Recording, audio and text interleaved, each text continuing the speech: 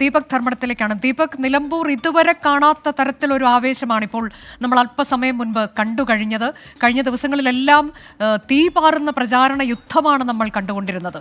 ഇനിയിപ്പോൾ അടുത്ത ദിവസം അത് നിശബ്ദ പ്രചാരണത്തിന്റെ ദിവസമാണ്. അതിനുശേഷം പോളിംഗ് ബൂത്തിലേക്ക് ജനം എത്തുകയാണ്. വളരെ പ്രധാനപ്പെട്ട ഒരു തെരഞ്ഞെടുപ്പാണ് ഉപതെരഞ്ഞെടുപ്പ് എന്നതിനപ്പുറത്തേക്ക്.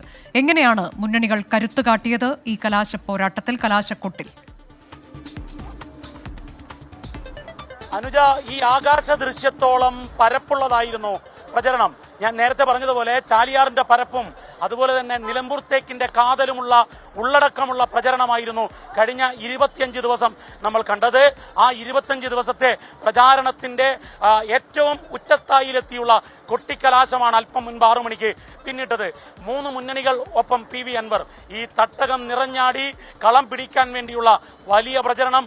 ആത്മവിശ്വാസം ഒട്ടും കുറയാതെ 3 മുന്നണികളും ഒപ്പം PV അൻവറും പ്രചരണത്തിലുണ്ടായിരുന്നു. പക്ഷേ നേർക്കുനേർ UDF LDF മത്സരമാണ് ഈ മണ്ഡലത്തിൽ എന്നുള്ളത് തീർച്ച. ഇനി നിശബ്ദ പ്രചരണത്തിന്റെ മണിക്കൂറുകളാണ്. ഏറ്റവും പ്രധാനപ്പെട്ട കാര്യം, ഈ ഉപതെരഞ്ഞെടുപ്പിന് വലിയ രാഷ്ട്രീയ മാനമുണ്ട്.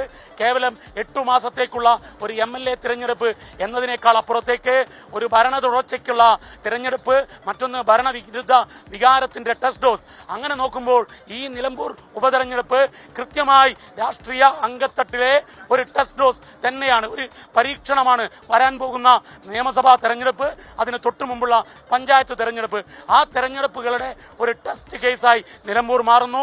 അതുകൊണ്ട് തന്നെ കേരളത്തിന്റെ രാഷ്ട്രീയം നിലമ്പൂരിലേക്ക് ചുരുങ്ങിയ മണിക്കൂറുകളും ദിവസങ്ങളുമാണ് പിന്നിട്ട 25 നാൾ നമ്മൾ കണ്ടത്. അനുജ.